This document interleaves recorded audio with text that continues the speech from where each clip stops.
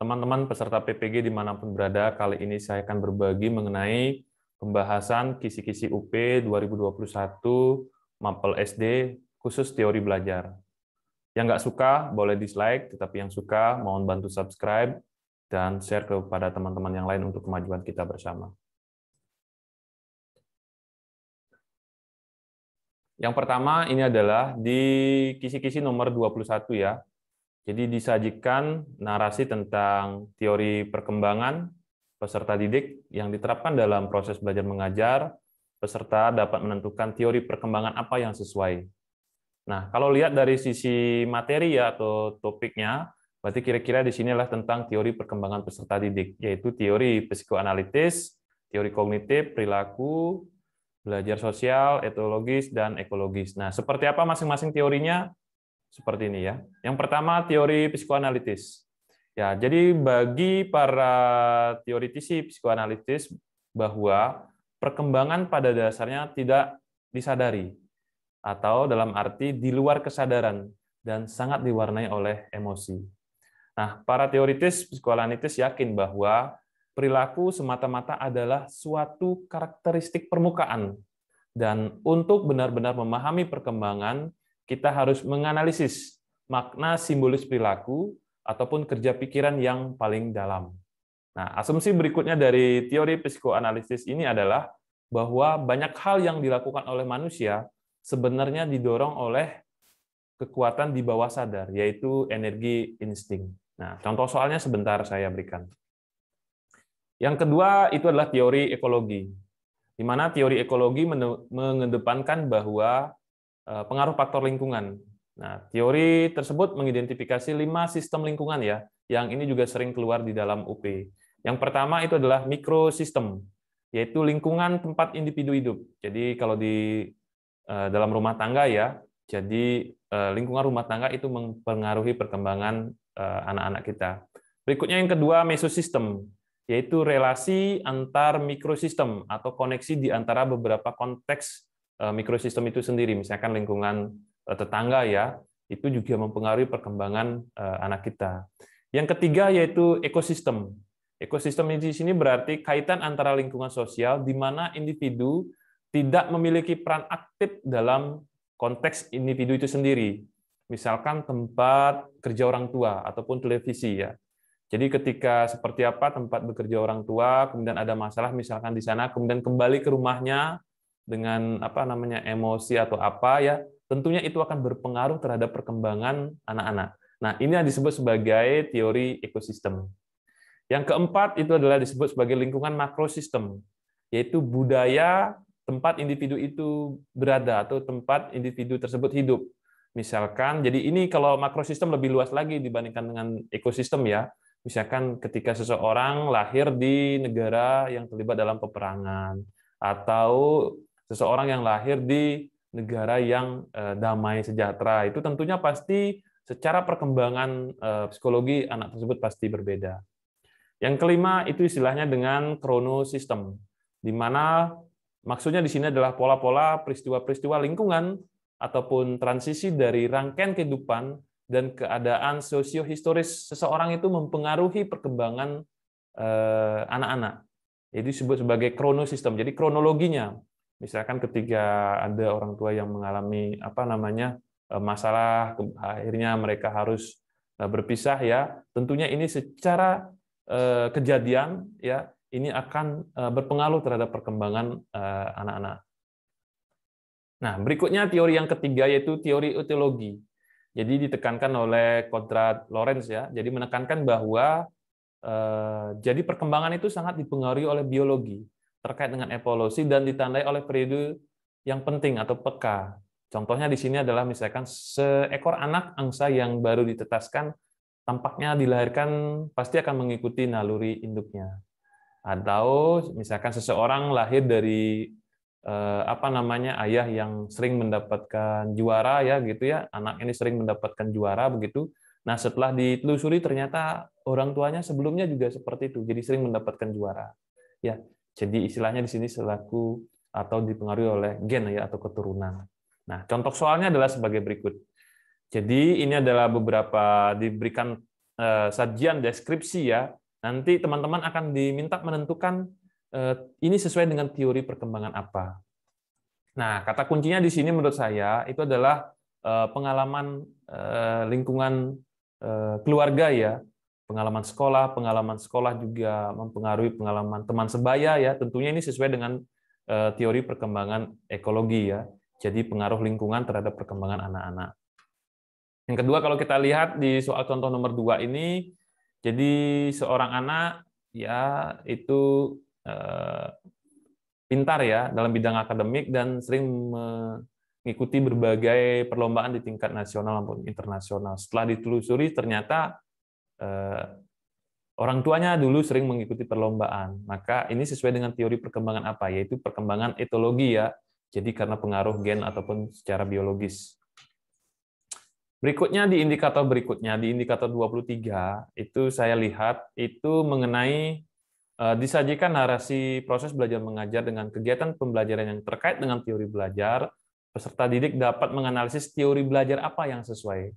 Nah, di indikator itu disajikan tentang teori belajar konstruktivis, behavioristik, sosial, dan teori belajar kognitif. Nah, teman-teman harus yakin ya, jadi teman-teman harus pegang kata kuncinya di masing-masing teori belajar ini. Nah, seperti apa itu? Misalkan yang pertama itu adalah teori belajar behavioristik. Jadi belajar merupakan perubahan tingkah laku sebagai akibat dari interaksi antara stimulus dan respon. Jadi di sini peserta didik dianggap telah melakukan kegiatan belajar ya ketika anak tersebut menunjukkan perubahan tingkah laku. Nah, di sini ada beberapa ahli. Yang pertama ada Edward Lee Thorndike ya dengan aliran koneksionismenya atau connectionism. Ada 3 hukum di situ ya di teori Thorndike ya. Yang pertama ada hukum kesiapan, ada hukum latihan, ada hukum akibat. Yang kedua itu adalah Watson, John Broad Watson. Itu teorinya conditioning. Jadi teori conditioning itu berkesimpulan bahwa perilaku individu itu dapat dikondisikan. Nah, itu. Berikutnya itu adalah Edwin Ray Guthrie. Percaya bahwa hukuman atau punishment itu memegang peranan dalam proses belajar. Ya, berikutnya itu adalah Frederick Skinner ya, dengan teorinya adalah operant conditioning, itu mengatakan bahwa belajar merupakan perilaku dan perubahan-perubahan perilaku yang tercermin dalam kekerapan respon merupakan fungsi dari kejadian dalam lingkungan kondisi. Nah, ini beberapa teori-teori ya dalam teori belajar behavioristik. Intinya menekankan bahwa belajar itu merupakan perubahan tingkah laku. Nah, itu yang pertama. Yang kedua adalah teori belajar kognitif. Jadi teori belajar kognitif mengatakan bahwa belajar adalah merupakan perubahan persepsi atau pemahaman yang tidak selalu tampak ya atau tidak selalu terlihat sebagai tingkah laku yang dapat diamati. Ya, jadi teori atau ahli yang mengatakan atau yang berpegang teguh pada teori belajar kognitif mengatakan bahwa belajar itu sebenarnya tidak hanya sesuatu yang nampak, ya, tetapi perubahan-perubahan persepsi dan pemahaman yang ada di dalam otaknya. Ya, di sini ahlinya yaitu misalkan Jean Piaget ya, itu mengatakan bahwa proses belajar seseorang akan mengikuti pola dan tahap-tahap perkembangan sesuai dengan umurnya. Ya, nah menurut Jean Piaget itu ada 3 ya tahap belajar seseorang, yaitu yang pertama ada asimilasi, akomodasi, dan ekuilibrasi atau penyeimbangan. Berikutnya ada Jerome Bruner ya, Bruner itu teorinya penemuan. Jadi perkembangan kognitif seseorang terjadi melalui 3 tahap. Ini sering keluar di dalam UP ya. Misalkan melalui enaktif, ikonik, dan simbolik. Jadi bagaimana mereka secara motorik belajar, kemudian menggunakan simbol-simbol ya. Berikutnya menggunakan ikonik, menggunakan gambar dan lain sebagainya. Berikutnya baru menggunakan simbol ya. Dalam hal ini menggunakan matematika ataupun bahasa-bahasa yang digunakan. Berikutnya ada juga David Ausubel ya. Ini penekanannya pada belajar bermakna ya. Jadi teman-teman kalau Ausubel itu penekanannya pada teori belajar bermakna. Nah, berikutnya itu adalah teori belajar konstruktivistik ya, di mana menurut penganut teori belajar konstruktivis itu bahwa belajar itu adalah proses pembentukan ataupun konstruksi pengetahuan oleh peserta didik itu sendiri. Ya. Jadi memandang bahwa peserta didik sebagai pribadi yang sudah memiliki kemampuan awal sebelum mereka mempelajari sesuatu. Nah, dalam teori belajar konstruktivistik ini bahwa lingkungan belajar juga sangat mendukung bagaimana seseorang dapat mengkonstruksi pengetahuannya. Di sini ahlinya misalkan itu adalah Vygotsky ya, yang menekankan bahwa manusia secara aktif itu menyusun pengetahuan dan memiliki fungsi-fungsi mental serta memiliki koneksi sosial. Ada juga teori belajar konstruktivistik ya, atau belajar sebut sebagai teori belajar sosiokultur.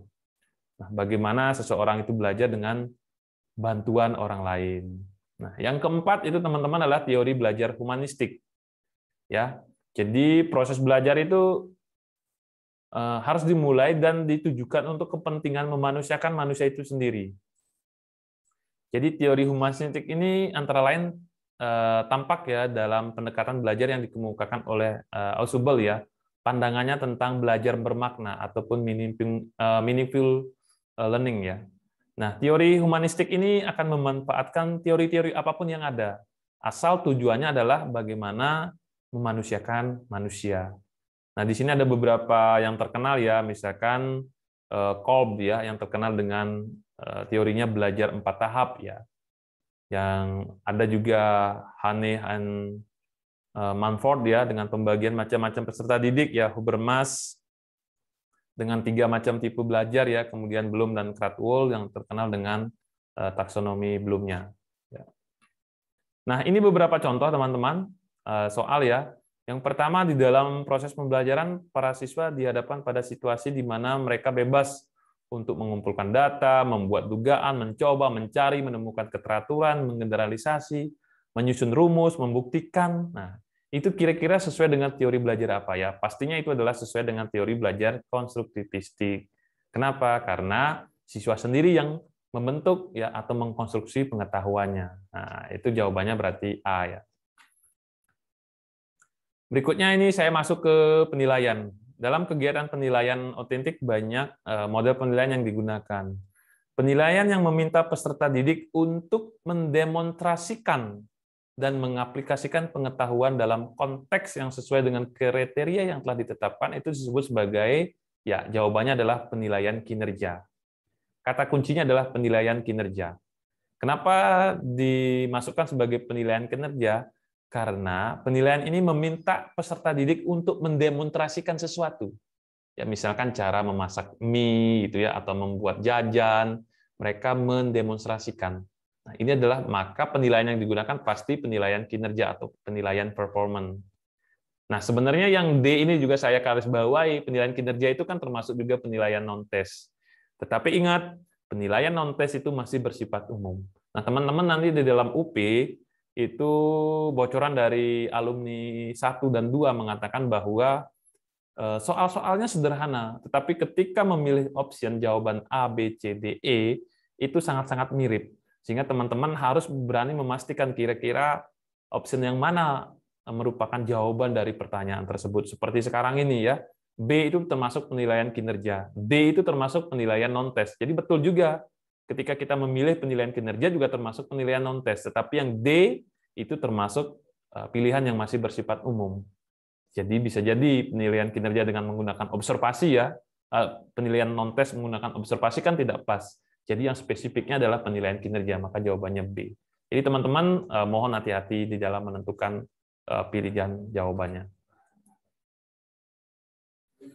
Berikutnya di nomor 5 ya, kegiatan yang dapat dilakukan guru dalam proses pembelajaran berdasarkan teori konstruktivistik. Nah, itu kuncinya. Jadi teman-teman ketika mendengar teori konstruktivistik baru siswa yang sendiri mengkonstruksi atau membangun pengetahuannya. Nah, kira-kira kegiatan yang mana? Ya, kalau kita lihat nomor B misalkan, guru mentransfer pengetahuannya, berarti yang aktif itu adalah gurunya atau siswanya pasif. Nomor C, guru memberikan stimulus kepada peserta didik, juga masih di gurunya kan? Jadi masih kegiatannya di guru.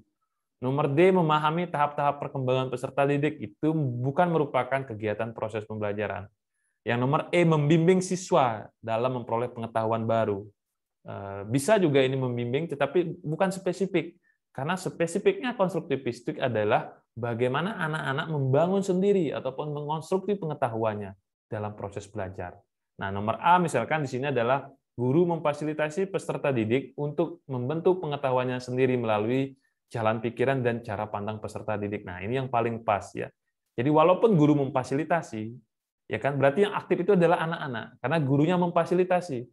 Misalkan memberikan langkah kegiatan di mana anak-anak sendiri yang melakukannya, kemudian mereka berdiskusi dan mereka menyimpulkan apa hasilnya. Itu adalah tentunya sangat sesuai dengan teori belajar konstruktivistik. Ya, jadi teman-teman sekali lagi kata kuncinya adalah konstruktivistik adalah siswa sendiri yang membangun pengetahuannya. Tapi kalau behavioristik itu adalah bagaimana bahwa belajar itu adalah perubahan tingkah laku. Sedangkan kalau teori belajar kognitif, bahwa dia proses belajarnya itu masih di dalam otak ya dengan menggunakan pola-pola yang ada. Tetapi kalau teori belajar humanistik, bagaimana memanusiakan manusia itu sendiri. Berikutnya di nomor 6, tentang keterampilan abad 21. Nah, teman-teman nanti silakan dicek ya di modul pedagogiknya, itu silakan dipelajari, tentunya yang sesuai dengan kisi-kisi ya. Jadi kalau di sini keterampilan guru abad 21 kira-kira yang mana ya menunjukkan keterampilan abad 21? Yang pertama, mengajak peserta didik memecahkan masalah dengan hanya melihat dari satu sudut pandang. Tidak pas. Kalau hanya melihat dari satu sudut pandang, itu berarti ruang lingkupnya tidak luas ya. Ini spesifik. Padahal yang diinginkan oleh keterampilan belajar abad 21 adalah berpikir global. Berikutnya kreatif, ya tidak hanya satu sudut pandang ya, tetapi banyak solusi penyelesaian. Yang kedua itu adalah memotivasi siswa membaca informasi tanpa menyaringnya. Tanpa menyaring itu sudah pasti bukan keterampilan abad 21. Memberi pemahaman satu pandangan kepada peserta didik, tidak pas ya. Kalau satu pandangan berarti ini secara khusus ya. Padahal keterampilan abad 21 itu bagaimana anak-anak bisa berpikir secara global, kreatif, banyak solusi, banyak cara dari satu kasus ya.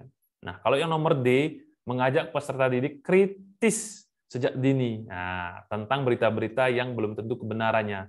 Jadi bagaimana salah satu keterampilan abad 21 ini adalah berpikir kritis, selain juga berpikir kreatif, pemecahan masalah, kolaborasi, komunikasi, ya itu adalah beberapa keterampilan abad 21. Jadi teman-teman pegang kata kuncinya. Jadi ketika di dalam soal, nanti teman-teman lihat optionnya, yang A, yang B, yang C, yang mana kira-kira paling pas sesuai dengan keterampilan abad 21.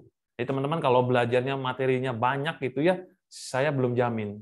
Kalau teman-teman tidak pegang per muatan ya ataupun per materinya kira-kira kata kuncinya apa yang mewakilinya.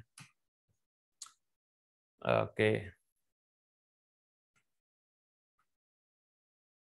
Nah, berikutnya ini tentang ICT ya ataupun nanti keterampilan abad 21 sih sebenarnya juga ya. Kira-kira ada kompetensi dasar ya, menggali manfaat persatuan dan kesatuan untuk membangun kerukunan hidup. Berikutnya, kegiatan pembelajaran yang dapat membantu guru menjelaskan materi dengan menggunakan ICT. Nah, kira-kira yang mana? Ya, gambar itu belum, menggunakan komik itu belum ya, video animasi. Nah, ini salah satu contoh pembelajaran menggunakan ICT ya, video animasi. Nah, itu ya, teman-teman, berarti jawabannya itu adalah tentang video animasi. Nah, berikutnya ini juga ada beberapa contoh di mana kira-kira yang pembelajaran yang mengintegrasikan ICT ya. Jadi yang nomor 1, membaca buku teks itu belum, mengidentifikasi atau mengintegrasikan ICT ya. Kemudian bertanya jawab dengan guru juga belum. Nah, berikutnya ada nomor 3 ya, kegiatan mengamati video tentang tumbuhan. Ini pembelajaran berbasis ICT ya, videonya baik disajikan melalui komputer ataukah disajikan di layar screen ya menggunakan LCD ya. Nah, oke. Berikutnya, setelah membaca teks PowerPoint. Nah, teks PowerPoint berarti nanti pasti menggunakan komputer ya, laptop begitu ya, disajikan ke papan dengan menggunakan proyektor ataupun LCD ya. Jadi itu termasuk pembelajaran berbasis ICT juga, maka jawabannya itu adalah 3 dan 4. Nah, kira-kira itu teman-teman yang bisa saya sampaikan ya.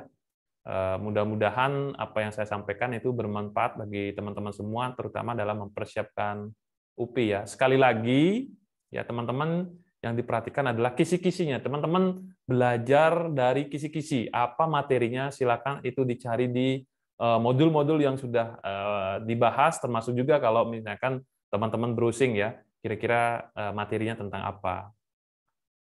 Teman-teman harus mengenali secara spesifik teori belajar. Jadi singkatnya itu masing-masing apa kata kuncinya. Ya. Kemudian di IPA, di matematika, bahasa, PKN juga sama. Jadi kalau tentang nilai ataupun norma, jadi masing-masing itu kata kuncinya apa. Sehingga teman-teman ketika membaca soal UP, teman-teman akan gampang kira-kira ini mengarah ke sini, sehingga teman-teman tidak akan bingung. Ya. Begitu kira-kira yang bisa saya sampaikan. Sekali lagi, kalau yang merasa ini bermanfaat, bisa dibantu dengan subscribe dan share kepada teman-teman yang lain. Tapi kalau nggak suka, nggak apa-apa kalau di dislike aja. Oke, terima kasih teman-teman semua.